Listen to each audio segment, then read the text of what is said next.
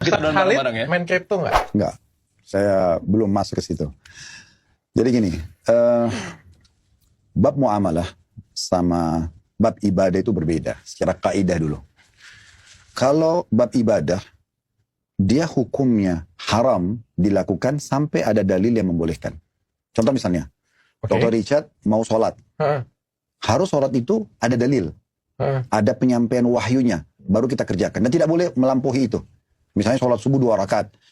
Walaupun Dr. Richard bilang, saya mau sholat 3 rakaat deh. Nggak boleh, karena memang sudah 2 baku. Itu ibadah. Ini contohnya. Haji itu dikerjakan di Mekah. Nggak boleh kita haji di kota lain. Misalnya nggak boleh. Memang baku. Dalil menjelaskan. Selama ada dalil, baru kita kerjakan. Nggak boleh ditambah, nggak boleh dikurangin. Nah, seperti itu. Tapi kalau bab muamalah berbeda. Dia halal sampai ada dalil yang mengharamkan. Oke. Jadi dia semua boleh muamalah itu. Sampai nanti terbukti ada dalil yang mengatakan ini tidak boleh. Nah, itu pun dalam bab muamalah ini masih sangat terbuka. Bisa saja ada fatwa ulama, kalau dalam bab muamalah ya, bisnis dan segala macam itu, ada fatwa ulama mengatakan ini nggak boleh. Kita akan temukan di sini ada ulama yang mengatakan boleh. Kenapa? Karena dia bab muamalah. Dia masih sangat terbuka. Dia masih multi tafsir. Dia masih bisa dicari celahnya. Contoh misalnya, lahirnya perbankan syariah. Kenapa bisa lahir di Indonesia? Kenapa bisa lahir di dunia? Umat Islam mulai berpikir, kita kalau taruh di bank konven, lalu dikelola dengan cara riba, haram dong.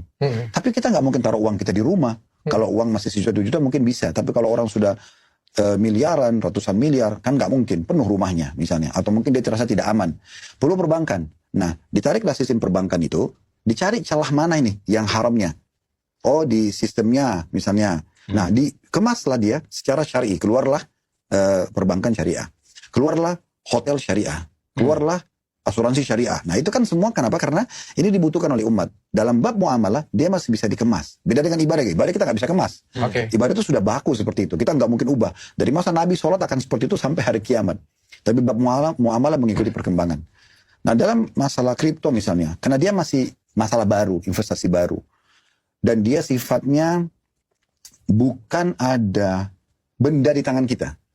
Ya kan? Kita investasi tapi kita tidak pegang. Kita tahunya, oh ini nilai saya sekian, nilai saya sekian. Itu yang jadi masalah tuh. Itu yang menjadi bahasan ulama sampai hari ini. Kalau sesuatu benda itu sektor real, ini uang saya, cash and carry, selesai masalahnya.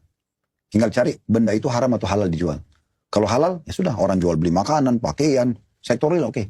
Tapi kalau benda itu kita investasi, kita cuma disampaikan, oh sekarang berkembang uang kamu sekian. Kita nggak tahu. Itu satu berita gitu ya. Yang kita bisa saja benar, bisa saja tidak. Walaupun kita mengatakan, oh ini terkenal, ini sistem, ini punya perusahaan. Tapi kan bisa saja bodong, bisa saja masih ada celah itu. Bisa saja ada manipulasinya, bisa saja merugikan. Dia bisa naik tiba-tiba, bisa turun tiba-tiba. Dan kita kalau sedikit lengah aja, hilang misalnya. Nah ini namanya ada bab gharar. Gharar itu, dia selevel dengan riba. Oh gharar itu gahar itu ya? Orang bacanya itu gharar. Enggak, lain. Gharar itu, dia bisa merugikan satu dari 2 pihak. Kapan transaksi dalam Islam itu dianggap bisa merugikan satu dari 2 pihak? Misalnya saya tulis akad sama dokter, tapi saya lebih dominan, saya lebih diuntungkan. Itu bisa ada ghararnya. Dia harus la darar wa la dirar. Tidak boleh merugikan, tidak boleh dirugikan. Tidak boleh membahayakan, tidak boleh dibahayakan. Itu dasarnya dalam Islam. Oleh karena itu, celah-celah ini sama ulama masih dipelajari. Di mana pintu ghararnya bisa tertutup? Di mana kita bisa kerucutkan? Nah gitu. Gimana caranya supaya yang tidak real di depan mata, cuma kita ikutin perkembangannya, ini bisa terbuka pintu syari'nya, memang betul ada, dan seterusnya. Nah itu lagi terus dipelajari.